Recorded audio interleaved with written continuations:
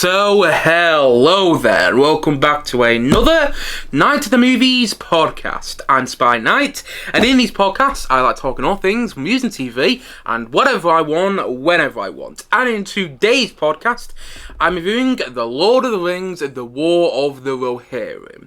So, let's get into it, shall we? The Lord of the Rings, The War of the Rohirrim. So, this is the new Lord of the Rings film, and in case you haven't guessed already, in case you didn't see the ring I'm wearing in this review today, I am a big Lord of the Rings fan. I even love the Hobbit movies. You know, every time around this time of the year, around New Year, you know, in that time between Christmas and New Year, I and my family watch the Hobbit trilogy and the Lord of the Rings trilogy. It's an annual thing in my house, and I look forward to it every year because those films mean so much to me. Yes, even the Hobbit trilogy. Early this year on this channel, I talked about the Hobbit trilogy at length and how much, particularly the first two Hobbit films meant to me. You know, those are my introduction into cinema, really. Those are the first times I went watching those films in the cinema. You know, those are the first times I went to the cinema and I really started to understand what the experience of watching a film in the cinema could be like. I'm not saying the Hobbit trilogy is as good as the Lord of the Rings trilogy, it isn't at all, but those films have a special place in my heart, and I dearly love the Lord of the Rings trilogy.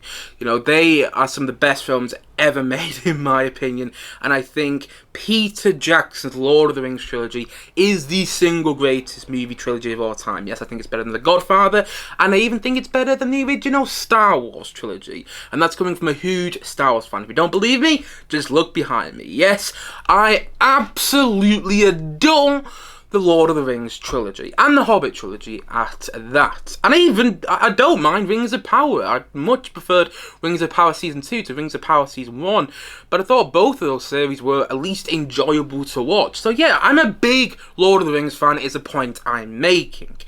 However, I have not really been excited about this new Lord of the Rings film for a couple of reasons.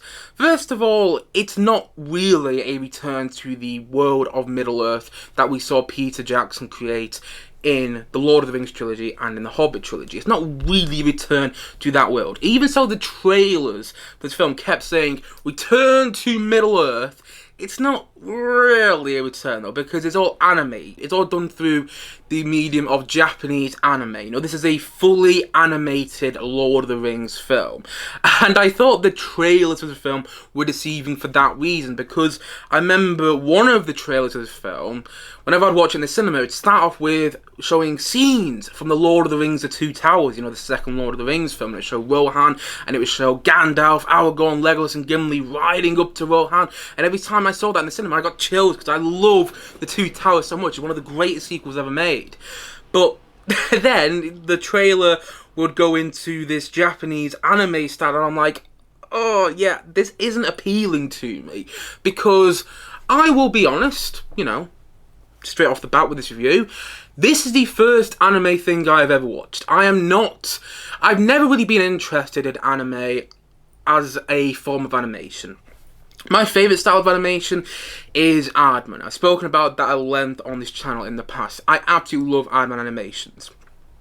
And I also like Pixar and Disney animation in general. And I like a lot of animations, DreamWorks animations and so on and so on and so on. But anime's been that one animation form that just really hasn't appealed to me. I've seen clips of anime in the past, whether on YouTube, on TV, here and there. But whenever I see something done in the form of anime, again, it just doesn't appeal to me. That might make me sound pretentious or whatever, but I don't care. I just don't really care about anime personally.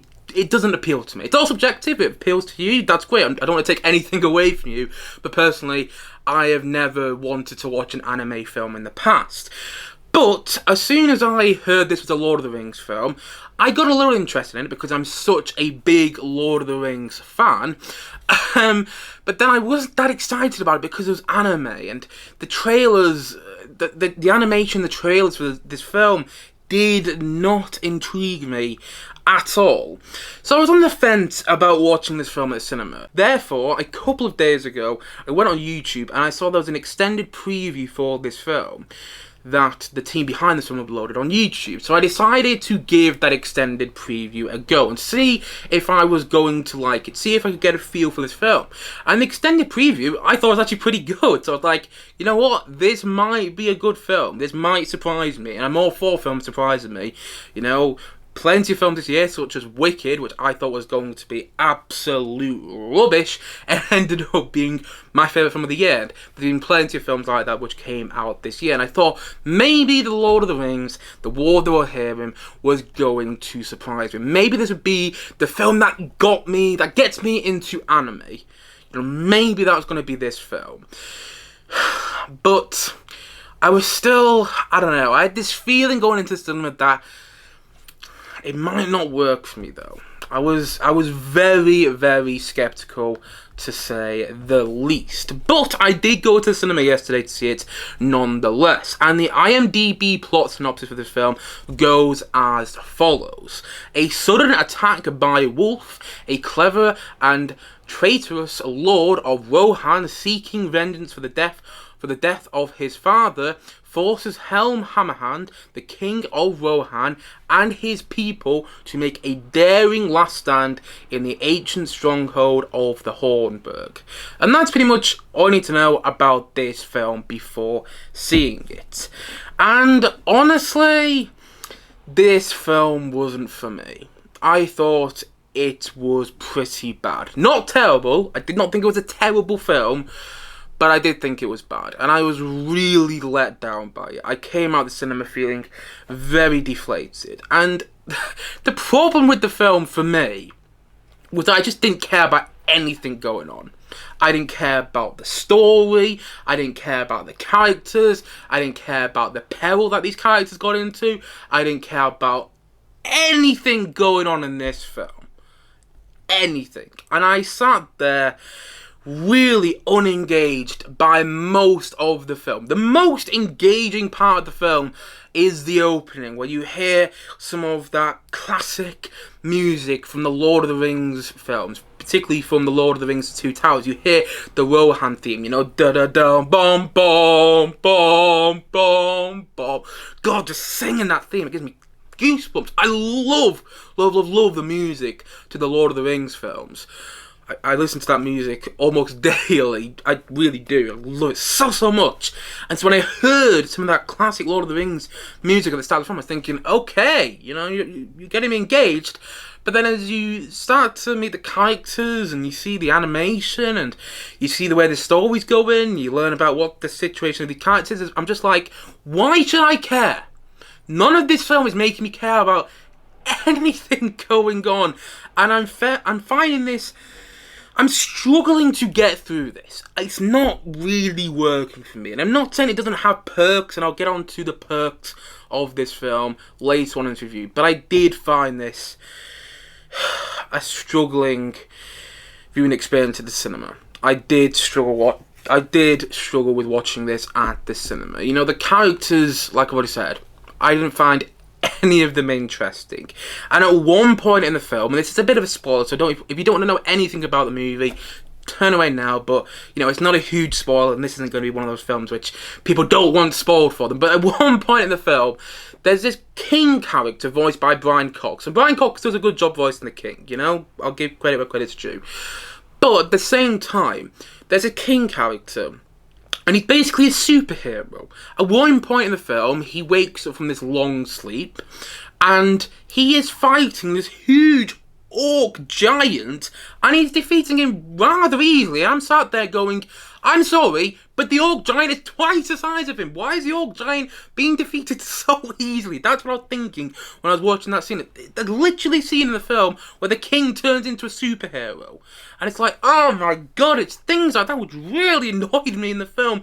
And I didn't really, going back onto that thing that I said before, I didn't care about anything going on. So there's these battle sequences in the film. The battle sequences aren't bad, but because I didn't care about them, I'm just watching them going, oh yeah, I mean, it's fine, but what is actually going on here? It's been explained in such a bad way. I do think the film is not well written, and the animation did not work for me. This is my first anime film, and I was watching the film thinking, yeah, maybe animation just isn't for me.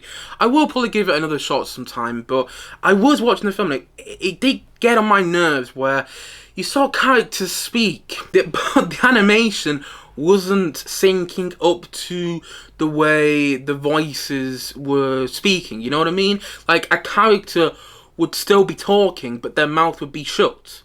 And there was quite a few moments like that. In fact, for me, most of the film was like that. When you saw characters speaking, it didn't sync up with what the animation was doing. And that I found that unengaging. I don't really understand how animation works. But at times, the animation looked like it was hand-drawn. And then at times, it looked like it was done on a computer. And I found that very off-putting. And I was sat there thinking, imagine if this was done by Aardman Animations. I mean, that would never happen. Aardman Animations are never, ever, ever, ever, ever going to make a Lord of the Rings film. But I would pay good money to see that, nonetheless. And I was sat there thinking, probably because I'm watching the new Wallace and Gromit film tomorrow, and I'm very excited about it, I was sat there thinking, God, if this was done by Aardman Animations, I think I'd be enjoying this so much more. Because this animation style, and again, this is just me, I'm not trying to convince anyone otherwise, you know, that clearly there's a big fandom surrounding anime, and I don't want to take that away from anybody whatsoever. I love it when someone loves something that I don't. You know, when someone gets something out of something that I just don't. But I was sat there thinking, this form of animation that is being used to bring this story to life, the story of the Lord of the Rings, the War of the Rohirrim, simply isn't working for me. And I would much prefer this to be done in Aardman Animations, because I think I'd be getting so much more out of it. Even if I didn't care about the story, just the way Aardman Animations looks, it looks tactile, it looks like you can almost touch it, you know? But there was nothing about this animation that really made me go, wow! And that's the thing about this film. There's nothing in it that I found impressive. You know, the thing about the Lord of the Rings trilogy, and yes, even the Hobbit trilogy, is there's some very impressive filmmaking. I mean, not just some, especially with the Lord of the Rings trilogy. The way they made those films is mind-blowing. If you watch behind-the-scenes features on how they made the Lord of the Rings films, I mean, you just watch and go, oh my God, the amount of effort and time and care that went into making this trilogy is just, I mean, oh God, it's mind-blowing. And even with the Hobbit trilogy, you know, it isn't quite as impressive in its filmmaking as the Lord of the Rings trilogy, granted, but how they made Smaug work in all three of those films is not an easy thing to do. It's really not an easy thing to do. They made Smaug a talking dragon voiced by Benedict Cumberbatch believable in those three Hobbit movies.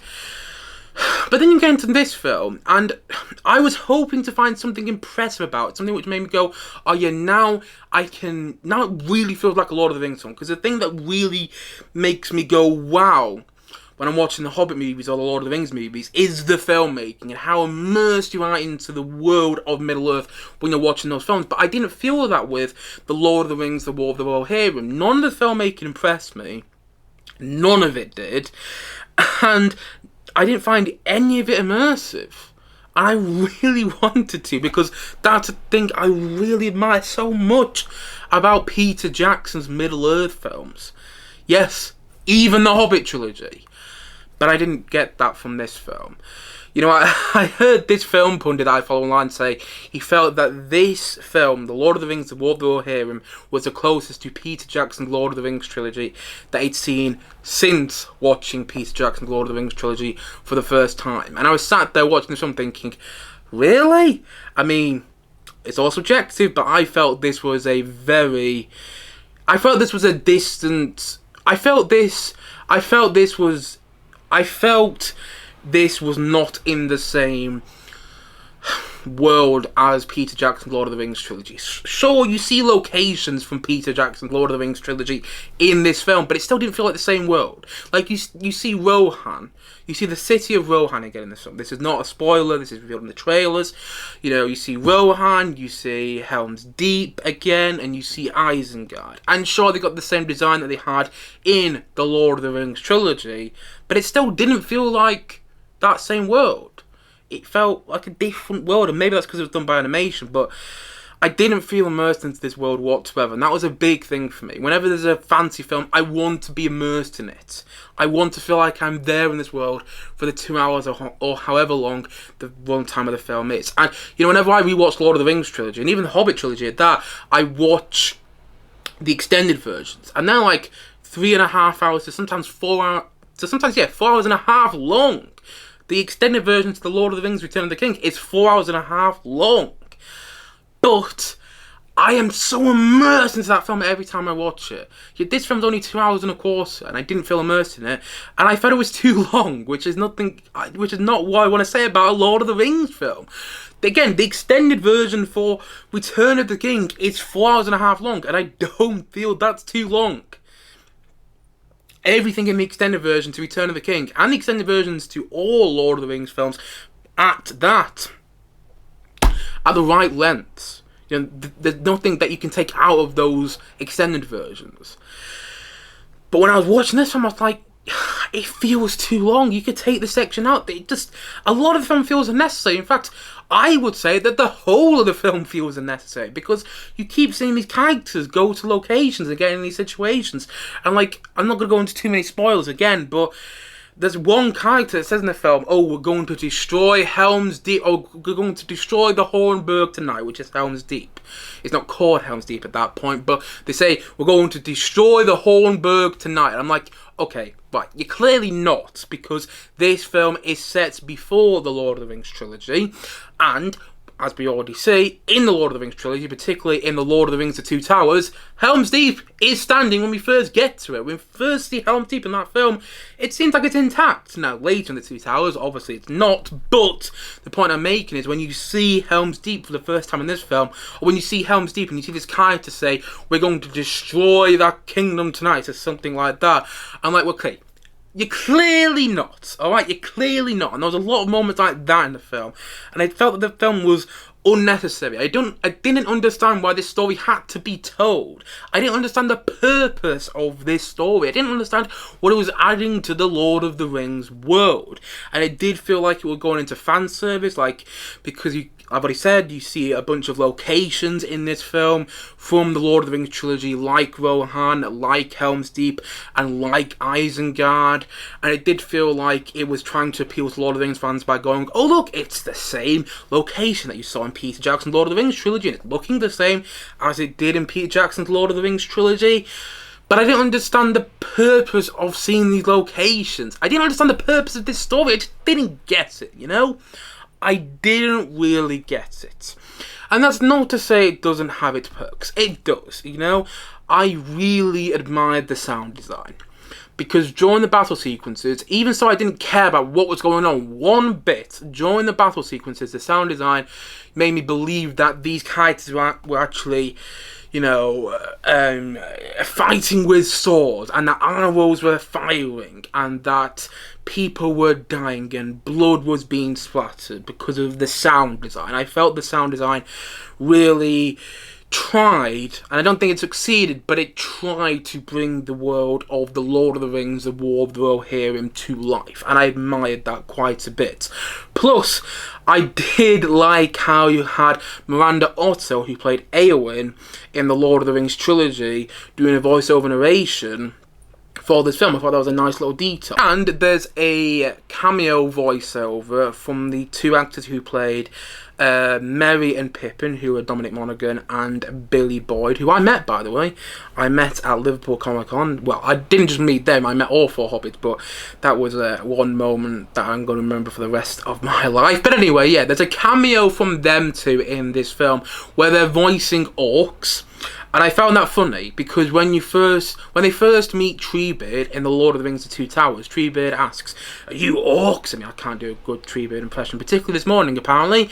But yeah, he asks, "Are you orcs?" And then in this film, they do voice orcs. So actually, Treebeard was right in the end. So that was quite a funny cameo, and I didn't guess it was them in the cameo voiceover. I actually had to look it up online to see who they voiced in this film, because I knew they had a cameo in this film because they were at the premiere and they spoke about that a bit. But yeah, I didn't know who they voiced until I watched the film and looked it up on IMDb after. So that was a nice surprise, and I thought their voiceover worked well. And some of the animation, some of the way it looks, isn't bad.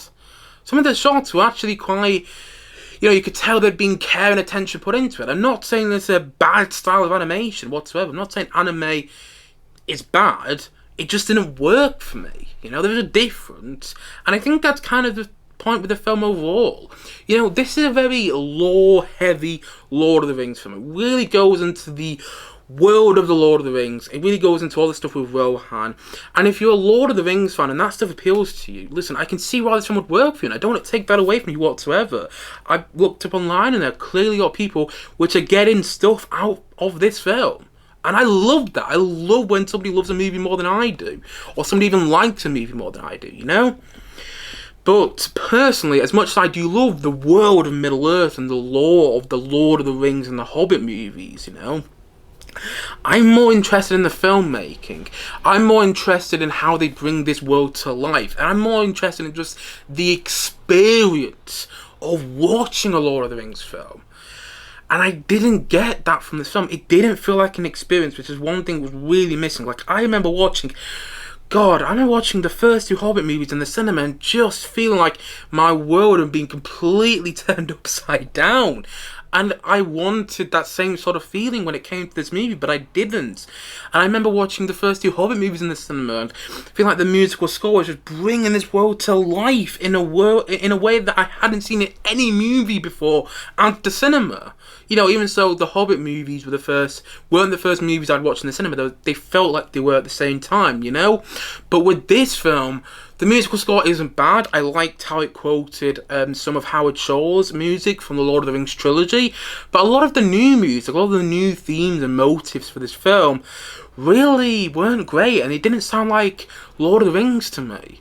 They sounded like it was music for a Lord of the Rings game.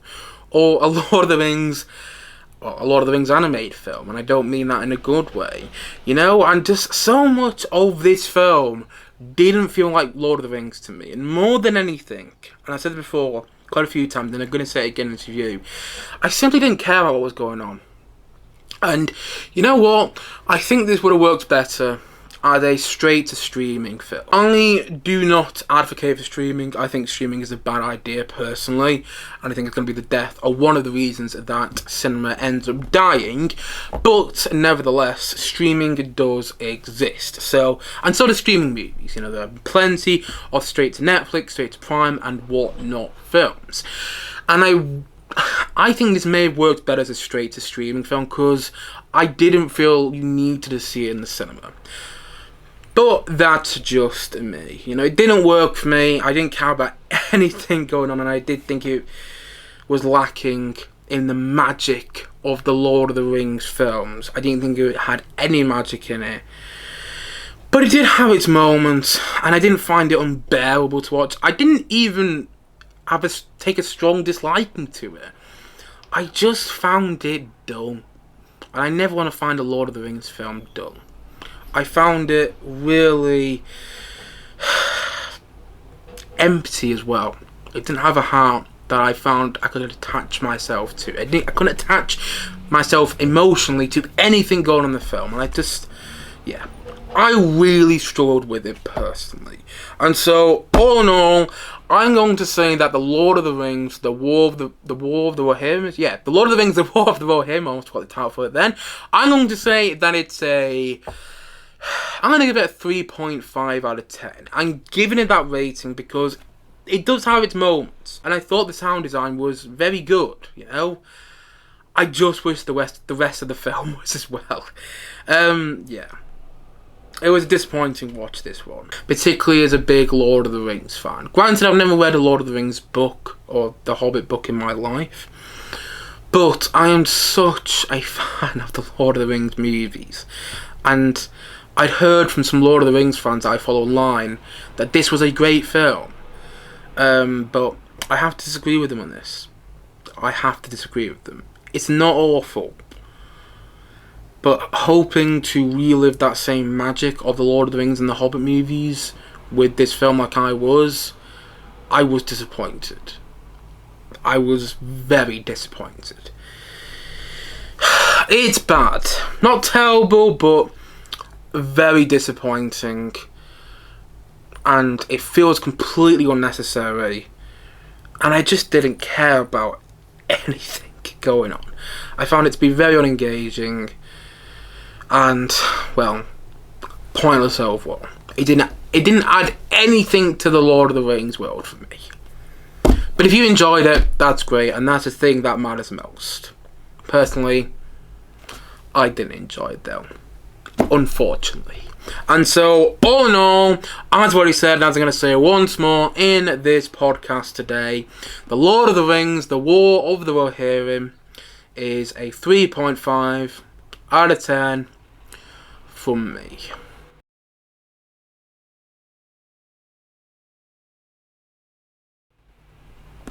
Anyway guys, that's it for today's podcast. If you have seen The Lord of the Rings, The War of the Rohirrim, please let me know your thoughts on it in the comment section below. And as always, thank you for watching or listening to this podcast. And if you haven't yet, please click down below and like and subscribe on this podcast. And look forward to many more podcasts and many more videos coming very, very soon on this channel. As I've already said, thank you so much for watching or listening to this podcast. And I suppose this is it. So I will see you guys again soon. But bye for now. Bye.